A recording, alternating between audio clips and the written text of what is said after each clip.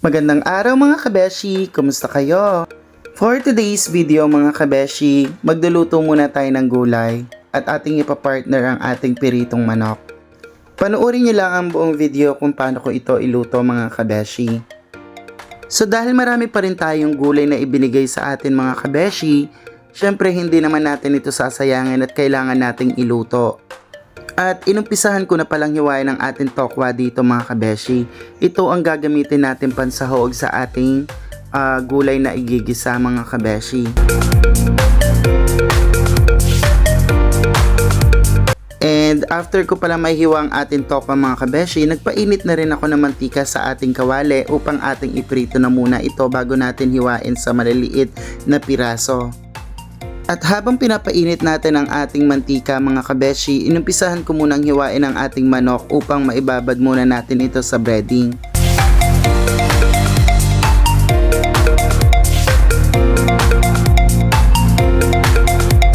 At after ko palang mahiwa ang ating manok dito mga kabeshi, pinakahugasan ko ito ng 3 beses para makasiguradong malinis na ang ating manok bago natin ito sangkapan.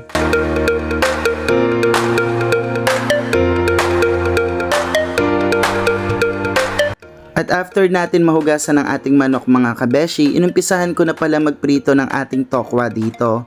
Hintayin lang natin maging golden brown ang bawat side nito mga kabeshi at hanguin na rin natin after nun.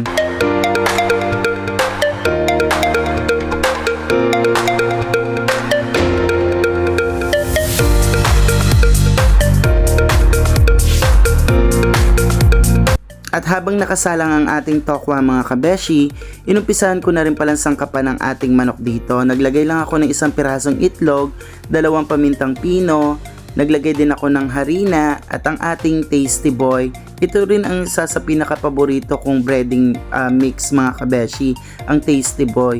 At naglagay din pala ako dito ng tubig mga kabeshi at hinalo ko lang ito upang ma-absorb ng ating manok ang ating inilagay na panangkap.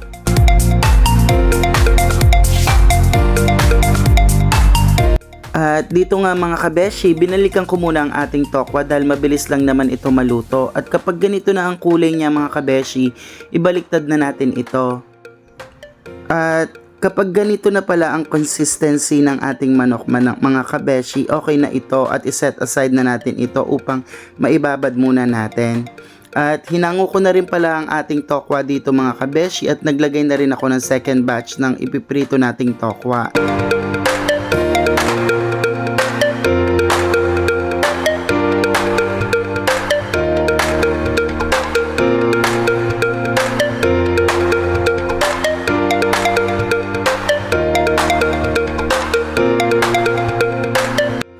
At nang maluto na pala ang ating tokwa dito mga kabeshi, hinango ko na rin ito at hinumpisahan ko na rin palang hugasan ang ating toge dito mga kabeshi. Pinakahugasan ko ito ng mabuti mga kabeshi.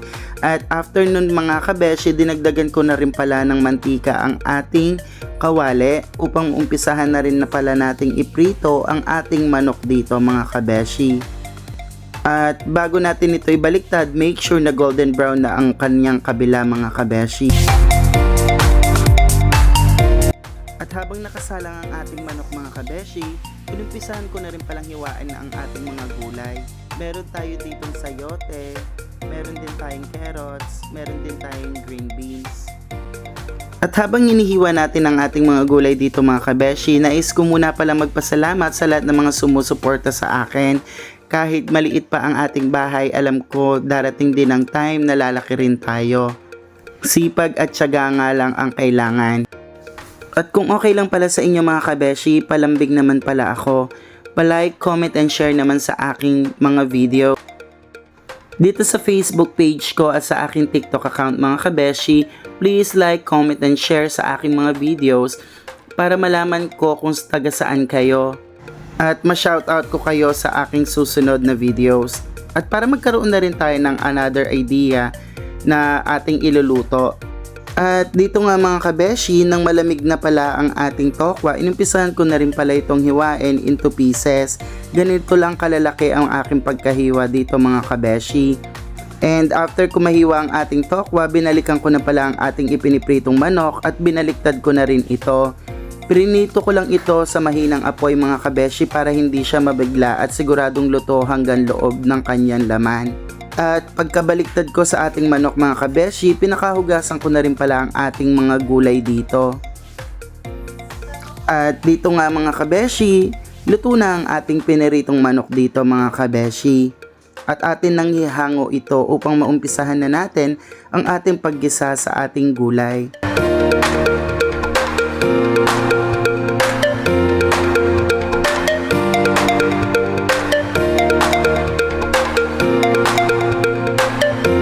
At pagkahango ko pala ng ating manok dito mga kabeshi, on the same pan, binawasan ko lang pala ang ating mantika dito at inumpisahan ko na pala maggisa ng ating sibuyas. Hinintay ko lang maging translucent ang ating sibuyas dito mga kabeshi at sinunod ko na rin ang ating bawang. At nang maging golden brown na ang ating bawang mga kabeshi, isinunod ko na rin ang ating gulay dito. Isinunod ko na ang ating green beans, ang ating sayote at ang ating carrots dahil ito ang medyo matigas sa ating mga gulay. At actually mga kabeshi, alam nyo ba, masarap din itong ipalaman sa ating lumpiang gulay. Kung sinasawsaw sa suka, the best din ito. Actually kapag may natira kayo nito, pwede nyong gawin yon. At pag medyo malambot na ang ating mga gulay na inilagay mga kabeshi, isunod na rin nating ilagay ang ating toge dito. At inumpisahan ko na rin pala itong sangkapan. Naglagay lang ako ng ating oyster sauce, 2 pamintang pino, naglagay din ako dito ng toyo. Tansya-tansya lang ito mga kabeshi. At naglagay na rin ako dito ng 1 pack ng Magic Sarap.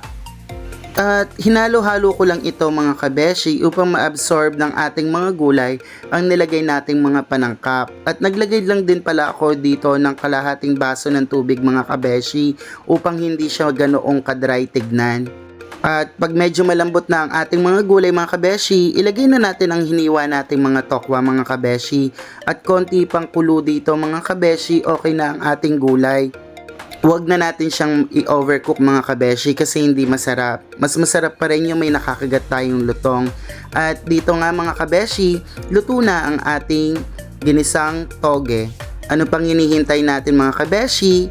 Mag-ready to plating na tayo. At hanggang dito na lang pala ang ating video mga kabeshi. Thank you for watching!